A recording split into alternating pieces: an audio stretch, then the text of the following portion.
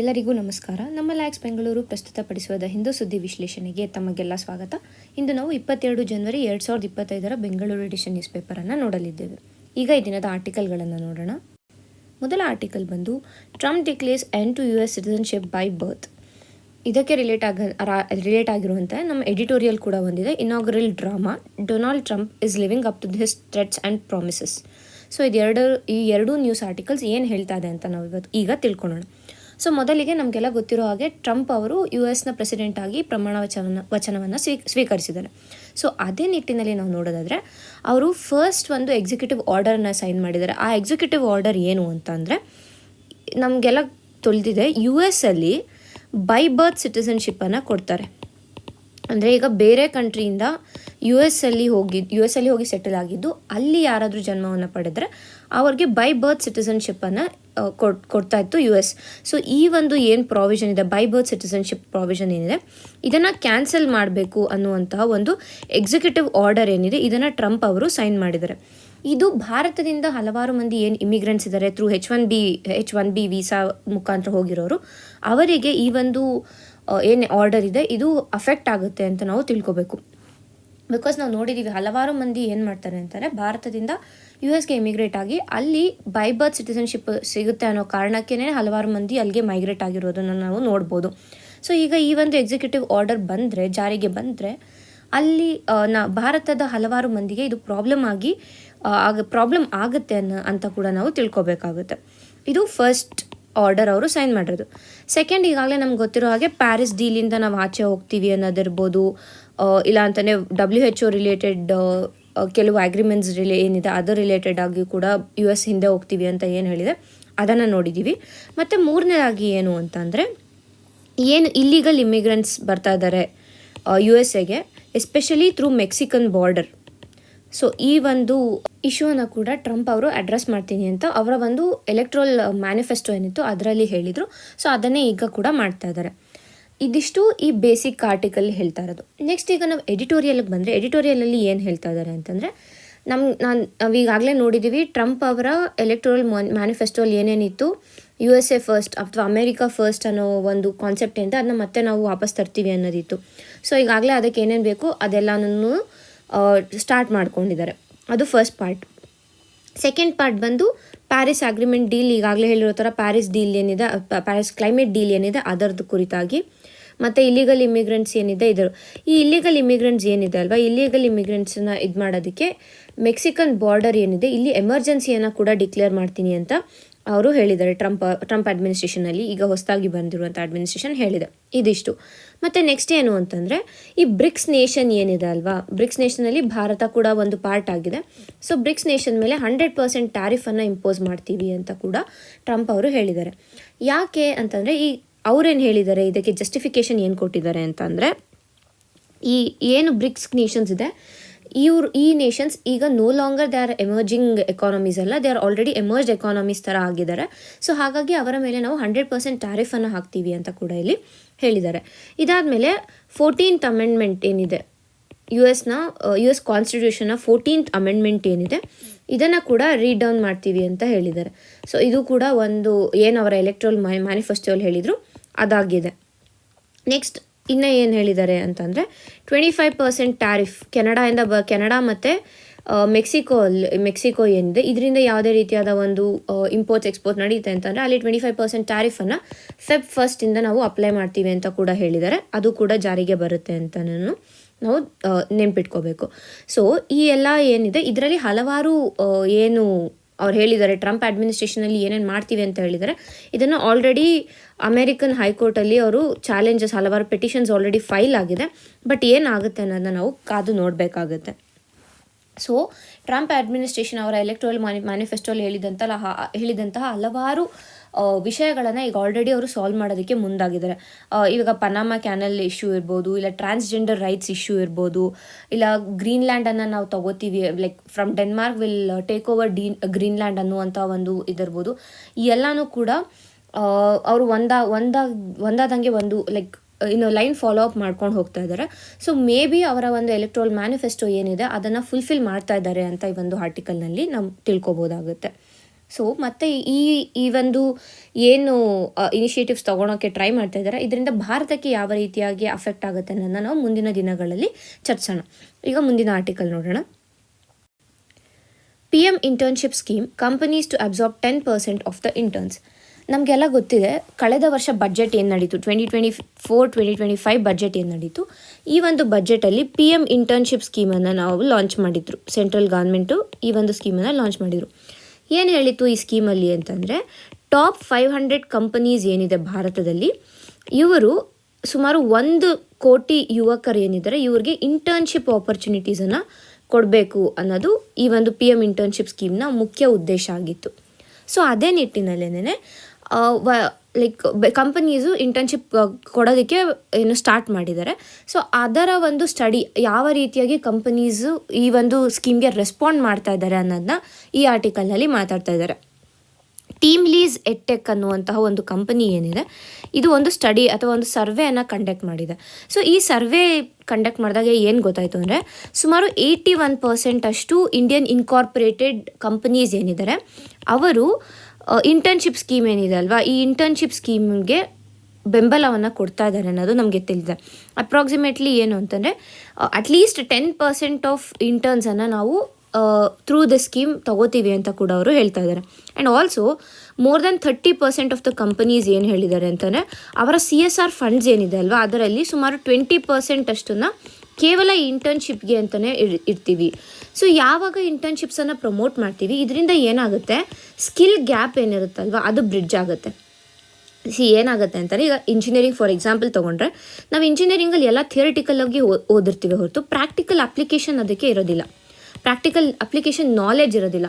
So through these internships ಈ practical application ಏನಿದೆ ಅದು ನಾವು ಕಾಲೇಜಲ್ಲಿ ಇರೋವಾಗೇ ಥಿಯರಿಟಿಕಲ್ ಜೊತೆಗೆ ನಾವು ಪ್ರಾಕ್ಟಿಕಲ್ ಮಾಡಿದಾಗ ಏನಾಗುತ್ತೆ ಅಂತಂದರೆ ನಮಗೆ ಒಂದು ಸ್ಕಿಲ್ಸ್ ಏನಿದೆ ಸ್ಕಿಲ್ಸ್ ಡೆವಲಪ್ ಮಾಡ್ಕೊಳ್ಳೋದಕ್ಕೆ ಒಂದು ಆಪರ್ಚುನಿಟಿ ಸಿಗುತ್ತೆ. ಬಿಕಾಸ್ ನಾವು ಓದ್ತಾ ಇರ್ತೀವಿ, ಅಟ್ ದ ಸೇಮ್ ಟೈಮ್ ಇಂಡಸ್ಟ್ರಿಯಲ್ಲಿ ಯಾವ ರೀತಿಯಾದ ಸ್ಕಿಲ್ಸ್ ನೀಡ್ ಇದೆ ಅನ್ನೋದು ನಮಗೆ ತಿಳಿದ್ರೆ ಆ ಒಂದು ಸ್ಕಿಲ್ಸ್ ಗ್ಯಾಪ್ ಏನಿದೆ ಅದನ್ನ ನಾವು ಬ್ರಿಡ್ಜ್ ಮಾಡ್ಕೋಬೋದು. ಸೊ ಅದೇ ನಿಟ್ಟಿನಲ್ಲೇ ಈ PM ಇಂಟರ್ನ್ಶಿಪ್ ಸ್ಕೀಮನ್ನು ಕೂಡ ಲಾಂಚ್ ಮಾಡಿದ್ದು. ಸೊ ಹಾಗಾಗಿ ಇದಕ್ಕೆ ಒಳ್ಳೆಯ ರೆಸ್ಪಾನ್ಸ್ ಬಂದಿದೆ ಅನ್ನೋದು ನಮಗೆ ಈ ಒಂದು ಆರ್ಟಿಕಲ್ನಲ್ಲಿ ತಿಳಿತಾ ಇದೆ. ಈಗ ಮುಂದಿನ ಆರ್ಟಿಕಲ್ ನೋಡೋಣ. Health department to launch free monthly antenatal checkup camps today. ನಮಗೆಲ್ಲ ತಿಳಿದಿದೆ, ಕರ್ನಾಟಕದಲ್ಲಿ ಇತ್ತೀಚೆಗೆ ಹಲವಾರು ಮೆಟರ್ನಲ್ ಡೆತ್ಸ್ ಆಯಿತು. ಸೊ ಇದರಿಂದ ಇದೇ ನಿಟ್ಟಿನಲ್ಲಿ ಏನು ಮಾಡ್ತಾ ಇದ್ದಾರೆ ಅಂತಂದರೆ, ಕರ್ನಾಟಕ ಸರ್ಕಾರ ಇಂದಿನಿಂದ ಅಂದರೆ 22 ಜನವರಿ ಎಲ್ಲಿ ರಾಯಚೂರಲ್ಲಿ ಒಂದು ಕ್ಯಾಂಪೇನನ್ನು ಲಾಂಚ್ ಮಾಡ್ತಾ ಇದ್ದಾರೆ. ರಾಯಚೂರಿಂದ ಈ ಕ್ಯಾಂಪೇನನ್ನು ಲಾಂಚ್ ಮಾಡ್ತಾ ಇದ್ದಾರೆ. ಸೊ ಈ ಕ್ಯಾಂಪೇನ್ ಹೆಸರು ಏನು ಅಂತಂದರೆ ಮಾತೃತ್ವ ಸುರಕ್ಷಾ ಅಭಿಯಾನ್ ಅನ್ನುವಂತಹ ಒಂದು ಕ್ಯಾಂಪೇನ್ ಇದು. ಸೊ ಏನಕ್ಕೆ ಈ ಕ್ಯಾಂಪೇನ್, ಈಗಾಗಲೇ ಹೇಳಿರೋ ಥರ ಹಲವಾರು ಮೆಟರ್ನಲ್ ಡೆತ್ಸ್ ಆಯಿತು ಅನ್ನೋ ಕಾರಣಕ್ಕೆ ಈ ಕ್ಯಾಂಪೇನನ್ನು ಲಾಂಚ್ ಮಾಡಿದ್ದೀವಿ. ಏನು ಮಾಡುತ್ತೆ ಈ ಕ್ಯಾಂಪೇನ್ ಮುಖಾಂತರ, ಏನು ಮಾಡೋದಕ್ಕೆ ಸ್ಟೇಟ್ ಗೌರ್ಮೆಂಟ್ ಹೊರಟಿದೆ ಅಂತಂದರೆ ಆ್ಯಂಟಿನೇಟಲ್ ಕೇರನ್ನು ಕೊಡೋದಕ್ಕೆ. ಸೊ ಈ ಆ್ಯಂಟಿನೇಟಲ್ ಕೇರ್ ಅಂತಂದರೆ ಏನೇನು ಇನ್ಕ್ಲೂಡ್ ಆಗುತ್ತೆ ಇದರಲ್ಲಿ ಅಂತಂದರೆ, ಪ್ರತಿ ತಿಂಗಳು 2 ಬಾರಿ ಅಂದರೆ 2 ಟೈಮ್ಸ್, ಮಂತ್ಲಿ 2 ಟೈಮ್ಸ್, ಒಂದು ಆನ್ 9th ಇನ್ನೊಂದು ಆನ್ 24th ಎವ್ರಿ ಮಂತು ಚೆಕಪ್ಪನ್ನು ಮಾಡ್ತೀವಿ. ಯಾರಿಗೆ ಈ ಚೆಕಪ್ಪನ್ನು ಮಾಡ್ತೀವಿ, ಪ್ರೆಗ್ನೆಂಟ್ ವುಮೆನ್ಗಳಿಗೆ ಈ ಚೆಕಪ್ಪನ್ನು ಮಾಡ್ತೀವಿ. ಸೊ ಯಾವಾಗ ಈ ಚೆಕಪ್ಪನ್ನು ಮಾಡ್ತೀವಿ, ಇದರಲ್ಲಿ ಏನೇನು ಗೊತ್ತಾಗುತ್ತೆ ಅಂದರೆ ಅವರ ಒಂದು ನ್ಯೂಟ್ರಿಷನ್ ಯಾವ ರೀತಿಯಾಗಿದೆ, ಸರಿಯಾದ ಪೋಷಕಾಂಶಗಳು ಅವರಿಗೆ ಸಿಗ್ತಾ ಇದೆಯಾ ಅನ್ನೋದ್ರ ಬಗ್ಗೆ ಇರ್ಬೋದು, ಇಲ್ಲ ಫ್ರೀ ಫಾಲಿಕ್ ಆ್ಯಸಿಡ್ ಏನಿರುತ್ತೆ, ಫಾಲಿಕ್ ಆ್ಯಸಿಡ್ ಟ್ಯಾಬ್ಲೆಟ್ಸ್ ಏನಿರುತ್ತೆ, ಸಪ್ಲಿಮೆಂಟೇಷನ್ ಏನಿರುತ್ತೆ ಇದನ್ನು ಕೊಡೋದಿರ್ಬೋದು. ಮತ್ತು ಬೇರೆ ರೀತಿಯಾದ ಈಗ ಹಲವು ಬಾರಿ ಏನಾಗುತ್ತೆ ಅಂತಂದರೆ ಪ್ರೆಗ್ನೆಂಟ್ ವುಮೆನಲ್ಲಿ ಡಯಾಬಿಟೀಸನ್ನು ನಾವು ನೋಡ್ತೀವಿ. This is called as gestational diabetes ಅಂತ ನಾವು ಇದನ್ನ ಕರಿತೀವಿ. ಸೊ ಈ ಡಯಾಬಿಟೀಸನ್ನು ಚೆಕ್ ಮಾಡೋದಿರ್ಬೋದು, ಕ್ಯಾಲ್ಶಿಯಂ ಡಿಫಿಷಿಯನ್ಸಿ ಇದೆಯಾ ನೋಡೋದಿರ್ಬೋದು, ಇಲ್ಲ ಟೆಟನಸ್ ವ್ಯಾಕ್ಸಿನ್ ಸರಿಯಾಗಿ ತೊಗೊಂಡಿದ್ದಾರಾ ಇಲ್ವಾ ಅದನ್ನು ಚೆಕ್ ಮಾಡೋದಿರ್ಬೋದು, ಬ್ಲಡ್ ಟೆಸ್ಟ್ಸ್ ಇರ್ಬೋದು, ಆಮೇಲೆ ಏನಾದ್ರು ಪ್ರೆಗ್ನೆನ್ಸಿಯಲ್ಲಿ ರಿಸ್ಕ್ ಇದೆಯಾ, ಈ ರೀತಿಯಾದ ಎಲ್ಲ ಚೆಕಪ್ಸ್ಗಳನ್ನು ಈ ಆ್ಯಂಟಿನೇಟಲ್ ಕೇರಲ್ಲಿ ಮಾಡ್ತಾರೆ. So that maternal death rates ಏನಿದೆ ಇದನ್ನ ಕಡಿಮೆ ಮಾಡ್ಬೋದು ಅಂತ. ಏಕೆ ಅಂತಂದರೆ ಮೊದಲೇ ನಾವು ಚೆಕಪ್ ಮಾಡಿದ್ದೀವಿ ಅಂತಂದರೆ ಇದೆಲ್ಲದರ ಒಂದು ಅರಿವಿರುತ್ತೆ. ಅಟ್ ದ ಸೇಮ್ ಟೈಮ್ ಅದಕ್ಕೆ ಬೇಕಾದಂಥ ನೆಸೆಸರಿ ಸ್ಟೆಪ್ಸನ್ನು ಕೂಡ ನಾವು ತೊಗೋಬೋದು ಅನ್ನೋ ಒಂದು ನಿಟ್ಟಿನಲ್ಲಿ ಹೆಲ್ತ್ ಡಿಪಾರ್ಟ್ಮೆಂಟ್, ಕರ್ನಾಟಕ ಸರ್ಕಾರದ ಹೆಲ್ತ್ ಡಿಪಾರ್ಟ್ಮೆಂಟ್ ಏನಿದೆ ಈ ಒಂದು ಕ್ಯಾಂಪೇನನ್ನು ಲಾಂಚ್ ಮಾಡ್ತಾ ಇದ್ದಾರೆ ಇವತ್ತಿನಿಂದ. ಎಲ್ಲಿಂದ ಲಾಂಚ್ ಮಾಡ್ತಾ ಇದ್ದಾರೆ, ರಾಯಚೂರಿಂದ ಲಾಂಚ್ ಮಾಡ್ತಾ ಇದ್ದಾರೆ. ರಾಯಚೂರಲ್ಲೇ ಇಲ್ಲ, ರಾಯಚೂರಿಂದ ಈ ಒಂದು ಕ್ಯಾಂಪೇನನ್ನು ಲಾಂಚ್ ಮಾಡ್ತಾ ಇದ್ದಾರೆ. ಆಲ್ ಓವರ್ ಕರ್ನಾಟಕ ಈ ಲಾಂಚ್ ಇರುತ್ತೆ, ಈ ಒಂದು ಕ್ಯಾಂಪೇನ್ ನಡೆಯುತ್ತೆ. ಈಗ ಮುಂದಿನ ಆರ್ಟಿಕಲ್ ನೋಡೋಣ. Time to seize the promise of US-India nuclear deal. India US nuclear deal ಏನಿದೆಯಲ್ಲ ಸುಮಾರು 16 ವರ್ಷ ಹಿಂದೆ ಈ ಒಂದು ಡೀಲ್ನ ಮಾತುಕತೆ ನಡೆದಿದ್ದು. ಅಂದರೆ ಅಪ್ರಾಕ್ಸಿಮೇಟಾಗಿ ಒಂದು 2006 ಅಂತ ನಾವು ಇದು ಮಾಡ್ಕೊಬೋದು. 2006 2008 ಈ ಟೈಮಲ್ಲಿ ಈ ಒಂದು ನ್ಯೂಕ್ಲಿಯರ್ ಡೀಲ್ ಬಗ್ಗೆ ಮಾತಾಡಿರೋದು. ಸೊ ಇದರಿಂದ ಏನಾಯಿತು ಅಂತಂದರೆ ಈ India US civil nuclear deal ಅಥವಾ ನ್ಯೂಕ್ಲಿಯರ್ ಡೀಲಿಂದ ಏನಾಯಿತು ಅಂದರೆ ಹಲವಾರು ಡಿಫೆನ್ಸ್ ಇರ್ಬೋದು, ಸ್ಟ್ರಾಟಜಿಕ್ ಕೋಆಪರೇಷನ್ ಏನಿದೆ ಈ ಎರಡೂ ದೇಶಗಳ ನಡುವೆ ಒಂದು ಸಂಬಂಧವನ್ನು ಏರ್ಪಡಿಸ್ತು ಅಂತಲೇ ನಾವು ತಿಳ್ಕೊಬೋದಾಗುತ್ತೆ. ಆ್ಯಂಡ್ ಹಲವಾರು ಮಂದಿ ಭಾರತೀಯರು ಕೂಡ ಈ ಒಂದು ನ್ಯೂಕ್ಲಿಯರ್ ಡೀಲ್ಗೆ ಸಪೋರ್ಟನ್ನು ಮಾಡಿದರು. ಯಾಕೆ ಅಂತಂದರೆ ಒಂದು ಕಡೆ ಟೆಕ್ನಾಲಜಿ ಸಿಗುತ್ತೆ, ಮತ್ತೊಂದು ಕಡೆ ಭಾರತದ ಡಿಫೆನ್ಸ್ ಏನಿದೆ, ಡಿಫೆನ್ಸ್ ಎಕ್ವಿಪ್ಮೆಂಟ್ಸ್ ಏನಿದೆ ಇದು ಕೂಡ ನಾವು ಸ್ಟ್ರೆಂಥನ್ ಮಾಡ್ಕೋಬೋದು. ಅಂದರೆ ಏನಂತೀವಿ, ಭಾರತದ ಮೇಕ್ ಇನ್ ಇಂಡಿಯಾ ಕಾನ್ಸೆಪ್ಟನ್ನು ಕೂಡ ನಾವು ಇದು ಮಾಡ್ಕೋಬೋದು. ಅಂದರೆ ಭಾರತದಲ್ಲಿ ಇಂಡಿಜಿನಿಯಸ್ ಆಗಿ ನಾವು ತಯಾರಿಸ್ಕೋಬೋದು with the latest technology available. And ಅದರ ಜೊತೆಗೆ ಏನು ಎಲೆಕ್ಟ್ರಿಸಿಟಿ ಜನ್ರೇಷನ್ಗೂ ಕೂಡ ಇದು ಹೆಲ್ಪ್ ಆಗುತ್ತೆ. ಒಂದು ಕಡೆ ಡಿಫೆನ್ಸನ್ನೇ, ಮತ್ತೊಂದು ಕಡೆ electricity generation, because nuclear power ಪ್ಲ್ಯಾನ್ಸನ್ನು ನಾವು ಡೆವಲಪ್ ಮಾಡ್ಬೋದು, ಇಂಪ್ರೂವ್ ಮಾಡ್ಬೋದು ಅನ್ನೋ ಒಂದು ನಿಟ್ಟಿನಲ್ಲಿ. ಮತ್ತು ಬಟ್ ಪ್ರಾಬ್ಲಮ್ ಏನಾಯಿತು ಅಂತಂದರೆ 2008 USA ಒಂದು ಲಿಸ್ಟನ್ನು ರಿಲೀಸ್ ಮಾಡ್ತು. ಈ ಲಿಸ್ಟ್ ಎಷ್ಟು ಬಂದು ಎಂಟಿಟಿ ಲಿಸ್ಟ್ ಅಂತ. ಸೊ ಈ ಎಂಟಿಟಿ ಲಿಸ್ಟ್ ಏನು ಅಂತಂದರೆ ಇದರಲ್ಲಿ ಭಾರತದ ಸುಮಾರು 200 ಕಂಪನಿಗಳು ಈ ಒಂದು ಲಿಸ್ಟಲ್ಲಿ ಇದ್ವು. ಈ 200 ಕಂಪನಿಗಳು ಏನು ಅಂತಂದರೆ ಈ ಒಂದು ಕಂಪನಿಗಳು, ಈ ಎಂಟಿಟಿ ಲಿಸ್ಟಲ್ಲಿ ಯಾವ ಕಂಪನಿಗಳಿರುತ್ತೆ ಅಲ್ವಾ, ಆ ಕಂಪನಿಗಳ ಜೊತೆ US ಕಂಪನಿಗಳು ಯಾವುದೇ ಕಾರಣಕ್ಕೂ ಟ್ರೇಡ್ ಮಾಡಬಾರ್ದು ಅನ್ನೋದು. ಸೊ ಈ 200 ಕಂಪನಿಗಳು, ಭಾರತದ 200 ಕಂಪನಿಗಳು ಈ ಲಿಸ್ಟಲ್ಲಿ ಇದ್ವು ಅಂತಂದರೆ ನಾವು ಏನು ತಿಳ್ಕೊಬೋದು ಅಂತಂದರೆ ಆ ಲಿಸ್ಟಲ್ಲಿ ಇದ್ದಾರೆ ಅಂತಂದರೆ ಅಲ್ಲಿ ಟ್ರೇಡ್ ಮಾಡೋದಕ್ಕೆ ಆಗಲ್ಲ. ಸೊ ಟೆಕ್ನಾಲಜಿ ಟ್ರಾನ್ಸ್ಫರ್ ಇರೋದಿಲ್ಲ. ಟೆಕ್ನಾಲಜಿ ಟ್ರಾನ್ಸ್ಫರ್ ಯಾವಾಗ ಆಗೋದಿಲ್ಲ, ನಮ್ಮ ಡಿಫೆನ್ಸ್ ಇರ್ಬೋದು, ಎಲೆಕ್ಟ್ರಿಸಿಟಿ ಇರ್ಬೋದು, ಇದೆಲ್ಲ ಕೂಡ ಹರ್ಟ್ ಆಗ್ತಾ ಬರ್ತಾಯಿತ್ತು. But over a period of time ಏನಾಯಿತು ಅಂದರೆ ಹಲವಾರು ಕಂಪನಿಗಳನ್ನು ಈ ಲಿಸ್ಟಿಂದ ತೆಗೆದು ಕೇವಲ ಕೆಲವಷ್ಟು ಕಂಪನಿಗಳನ್ನ ಮಾತ್ರ ಈ ಲಿಸ್ಟಲ್ಲಿ ಇಟ್ಟಿದ್ರು. ಬಟ್ ಸ್ಟಿಲ್ ಏನು ಅಂತಂದರೆ ಈ ಸೆಕ್ಯೂರಿಟಿ ಇಶ್ಯೂ, ಮಿಲಿಟ್ರಿ ಇಶ್ಯೂ ಅಂತ ಅಂದ್ಬಿಟ್ಟು ಹಲವಾರು ಬಾರಿ ಈ ಟ್ರೇಡ್ ಡೀಲ್ ಮಾಡಿದ್ರು ಕೂಡ ಇದನ್ನು ಕ್ಯಾನ್ಸಲ್ ಮಾಡೋದಿರ್ಬೋದು, ಇಲ್ಲ ಆ ಒಂದು ಡೀಲಿಂದ ಹಿಂಜರಿಯೋದಿರ್ಬೋದು, ಇದೆಲ್ಲ ನಡೀತಾನೆ ಇದೆ. ಆ್ಯಂಡ್ ಇದು ಒಂದು ಇಶ್ಯೂ. ಆದರೆ ಮತ್ತೊಂದು ಇಶ್ಯೂ ಏನು ಅಂತಂದರೆ 2010 Bharat civil liability nuclear damage act ಅನ್ನೋ ಒಂದು ಆ್ಯಕ್ಟನ್ನು ಲಾಂಚ್ ಮಾಡಿದ್ವಿ ನಾವು, ಅಥವಾ ಜಾರಿಗೆ ತಂದ್ವಿ. ಈ ಆ್ಯಕ್ಟ್ ಏನು ಹೇಳುತ್ತೆ ಅಂತಂದರೆ ಈ ಆ್ಯಕ್ಟಲ್ಲಿ ಯಾವುದಾದ್ರೂ ಫಾರಿನ್ ಕಂಪನೀಸು ಭಾರತದ ಸಿಟಿಸನ್ಗೆ ಆಗಲಿ ಅದು ಭಾರತದ ಕಂಪನಿಗಳಿಗೆ ಆಗಲಿ ಯಾವುದೇ ರೀತಿಯಾದ ಹಾಮನ್ನು ಮಾಡ್ತಾ ಇದೆ ಅಂತಂದರೆ ಅದರ ಜೊತೆ ಯಾವುದೇ ರೀತಿಯಾದ ಒಂದು ಟ್ರೇಡನ್ನು ಭಾರತದ ಕಂಪನಿಗಳು ಮಾಡಬಾರ್ದು ಅನ್ನೋದು ಈ nuclear act nuclear damage act ಏನಿದೆ ಇದರಲ್ಲಿ ನಾವು ತಂದಿದ್ವಿ. ಸೊ ಇದರಿಂದ ಏನಾಯಿತು ಅಂದರೆ ಹಲವಾರು US ಸಪ್ಲೈಯರ್ಸ್ ಏನಿದ್ದಾರೆ, ಈಗ GE ಇರ್ಬೋದು, ವೆಸ್ಟಿಂಗ್ ಹೌಸ್ ಇರ್ಬೋದು, ಇವರೆಲ್ಲ ಏನು ಅಂತಂದರೆ ಈ ಲಯಬಿಲಿಟಿ ರಿಸ್ಕ್ ಏನಿದೆ ಅಲ್ವಾ, ಈ ರಿಸ್ಕನ್ನು ನಾವು ತಗೋತೀವಿ ಅಂತ ಹೇಳಿದ್ರು ಇನ್ನು ಹಲವಾರು ಕಂಪನಿಗಳು ಆ ರಿಸ್ಕ್ ತಗೊಳ್ಳೋದಕ್ಕೆ ರೆಡಿ ಇರಲಿಲ್ಲ. ಅಂದರೆ ಲಯಬಿಲಿಟಿ ರಿಸ್ಕ್ ಏನಿರುತ್ತೆ, ಏನಾದರೂ ಡ್ಯಾಮೇಜ್ ಆದರೆ ನಾವು ಅದನ್ನ ಭರಿಸ್ತೀವಿ ಅಂತ ಏನಿದೆ, ಆ ಒಂದು ಲಯಬಿಲಿಟಿ ಇಶ್ಯೂ ರಿಸ್ಕ್ ಏನಿದೆ ಅದರಿಂದ ಹಲವಾರು ಕಂಪನಿಗಳು ಹಿಂಜರಿಯೋಕ್ಕೆ ಸ್ಟಾರ್ಟ್ ಆದವು. And also at the same time Bharat ಏನು international civil nuclear liability norms ಏನಿದೆ ಅಲ್ವಾ, ಅದಕ್ಕಿಂತ ಡಿಫ್ರೆಂಟಾಗಿ ಹೋಯಿತು ಈ ಒಂದು ಇಶ್ಯೂ ತೊಗೊಂಡಾಗ. ಸೊ ಹಲವಾರು ಕಂಪನಿಗಳು ಭಾರತದ ಜೊತೆ ಟ್ರೇಡ್ ಮಾಡೋದಕ್ಕೂ ರೆಡಿ ಆಗಿಲ್ಲ. ಇದು ಒಂದು ಇಶ್ಯೂ ಆಯಿತು. ಮತ್ತೊಂದು ಇಶ್ಯೂ ಏನು ಅಂತಂದರೆ ಭಾರತ ಮತ್ತು ರಷ್ಯಾದ ಗ್ರೋಯಿಂಗ್ ಟೈಸ್ ಏನಿತ್ತು. ಅಂದರೆ ಈಗ ಡಿಫೆನ್ಸಿಂದ ನಾವು S-400 ಇರ್ಬೋದು, ಇನ್ನು ಬೇರೆ ಬೇರೆ ಡಿಫೆನ್ಸ್ ಎಕ್ವಿಪ್ಮೆಂಟ್ಸ್ನ ನಾವು ರಷ್ಯಾದಿಂದ ಇಂಪೋರ್ಟ್ ಮಾಡ್ಕೊಳ್ಳೋಕ್ಕೆ ಸ್ಟಾರ್ಟ್ ಮಾಡಿದ್ವಿ. ಆ್ಯಂಡ್ ಆಲ್ಸೋ ಟೆಕ್ನಾಲಜಿ ಟ್ರಾನ್ಸ್ಫರ್ ಕೂಡ ರಷ್ಯಾದಿಂದ. ಅಂದರೆ ಯಾವಾಗ ರಷ್ಯಾ ಜೊತೆ ನಮ್ಮ ಒಂದು ಟೈಸ್ ಸ್ಟ್ರಾಂಗ್ ಆಗ್ತಾ ಬಂತು, USA ಕಂಪನೀಸ್ಗಳು ಇಂಡಿಯಾ ಜೊತೆ ಸಂಬಂಧನ ಏನಂತೀವಿ ಲೈಕ್ ಸ್ಟಾಪ್ ಮಾಡೋದಕ್ಕೆ ಟ್ರೈ ಮಾಡಿದ್ವು. ಯಾಕೆಂದರೆ ಭಾರತ ರಷ್ಯಾ ಹತ್ತಿರ ಆಗ್ತಾಯಿದೆ ಅಂದಾಗ US ಭಾರತದಿಂದ ದೂರ ಹೋಗೋದಕ್ಕೆ ಸ್ಟಾರ್ಟ್ ಆಯಿತು. ಸೊ ಇದು ಕೂಡ ಒಂದು ಇಶ್ಯೂ ಆಯಿತು. ಮತ್ತು ನೆಕ್ಸ್ಟ್ ಇಶ್ಯೂ ಏನು ಅಂತ ಅಂದರೆ ಈ ಏನು ಕೆಲವು ಕಂಪನಿಗಳು US ಕಂಪನಿಗಳು ಏನು ಭಾರತದ ಜೊತೆ ನಾವು ಮಾಡ್ತೀವಿ, ಡೀಲ್ ಕಂಟಿನ್ಯೂ ಮಾಡ್ತೀವಿ ಅಂತ ಹೇಳಿದ್ರು, ಅವರು ತಮ್ಮ ಪ್ರೈಸ್ ಟೆಕ್ನಾಲಜಿ ಟ್ರಾನ್ಸ್ಫರ್ಗೆ ಪ್ರೈಸ್ ಏನಿದೆ ಅಲ್ವಾ, ಕಾಸ್ಟ್ ಏನಾಗುತ್ತೆ ಆ ಕಾಸ್ಟನ್ನು ಇನ್ಕ್ರೀಸ್ ಮಾಡೋಕ್ಕೆ ಸ್ಟಾರ್ಟ್ ಮಾಡಿದ್ರು.